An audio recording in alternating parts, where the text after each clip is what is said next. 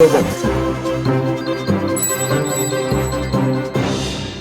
we're still following up with our lead story, which is on the Revenue Mobilization Allocation and Fiscal Commission initiating a 114% upward review of the basic salaries of public office holders, including the president, the vice president, governors, and other elected political officers. We're now joined by Rise News analyst, Barrister Frank Tietie. Good evening, Frank. Thanks for joining us. Good to see you. This is a burning issue now. Let me start with you on this note.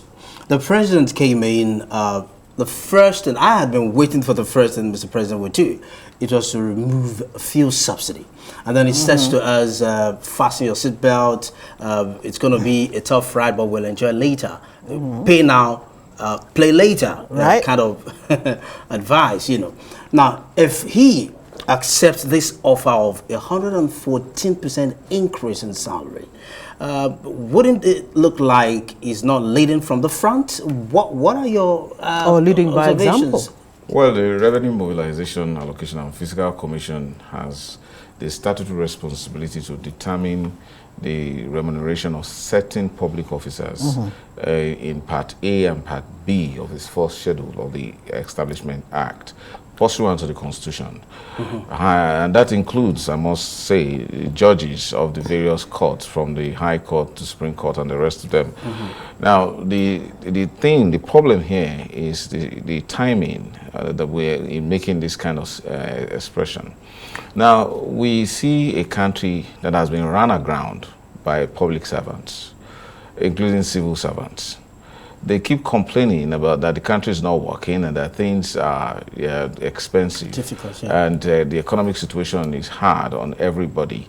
And meanwhile, they are the ones responsible for running the economy, running government, so running the ground, and then turn around to say they want a salary increase. So it's morally reprehensible that the salaries of certain persons are being, increased in the manner. What happens to the ordinary Nigerian? Definitely, we're talking about Section 16 of the Constitution of the Federal Republic of Nigeria.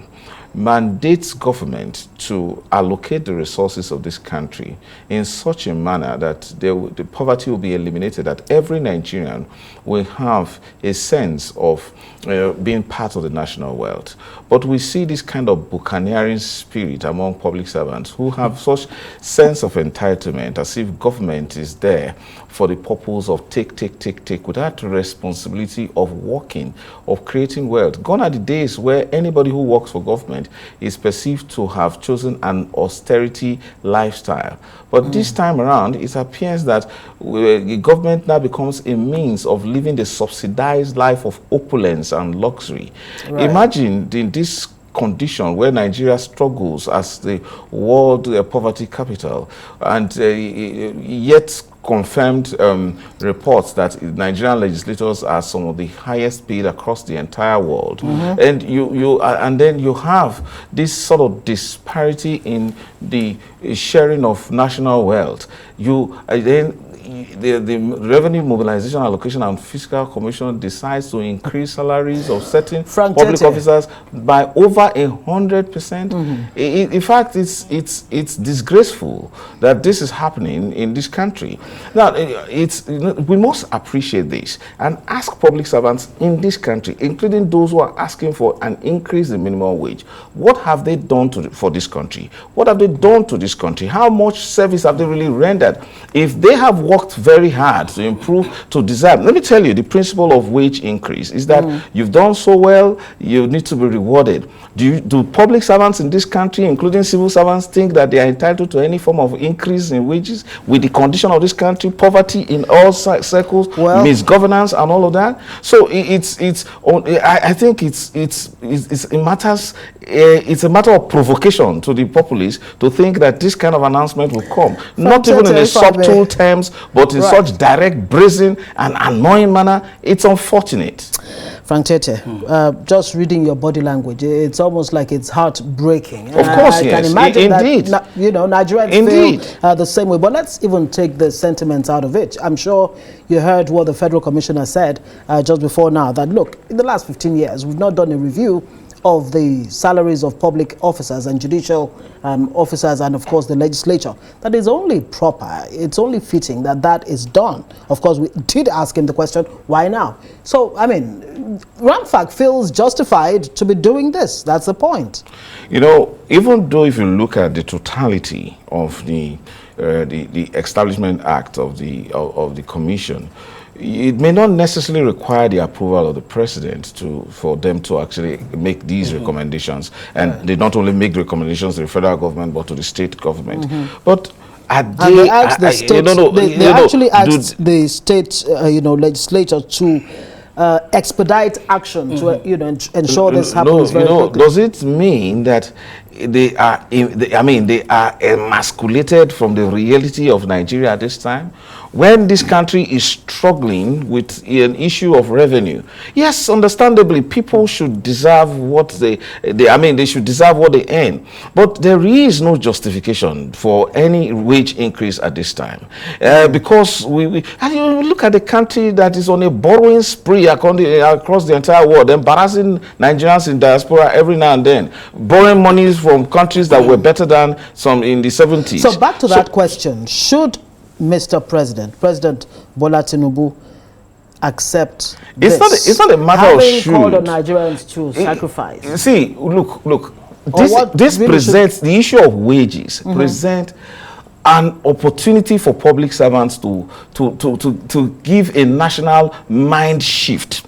The president of Nigeria, I wouldn't say should, cannot accept this. And as a matter of fact, I listened to the First Lady when she said her family is so blessed that they don't need anything. Money. We want to see members of the House of Assembly, we want to see governors, we want to see ministers giving away their salaries, saying that they are operating sacrificially. Look, where is the principle of non-profit? Why some of us work in a non-profit, do the same things that they do, don't earn money, and then do you think government is a tea party? You just go there and then it's about getting. Frank, no, it's about the people, what you have to offer. So you're back to your question. The president, Nigeria's president, should have announced long ago that he would not be collecting salaries, and then we should see that coming from many more governors. And then watch how the national spirit, gets revived in terms of building a country based on sacrifice. How do you relegate sacrifice in building the country?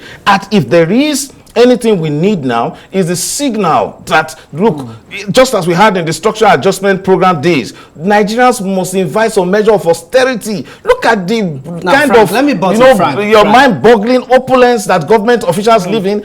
Look, and again, I hate to use the National Assembly as a scapegoat, because you also need to look at the profligacy among workers and the directors and director generals of the small parastatals of the federal government. Some of them having as many as 4 SUVs, drivers, cooks, and all that. As if, what is that? Is that service? Okay, Frank, it's as if it's a mindset of reward for doing nothing but for bringing down this country. Let me button right there. I appreciate your passion, but then let's also remember that the president hasn't asked for this.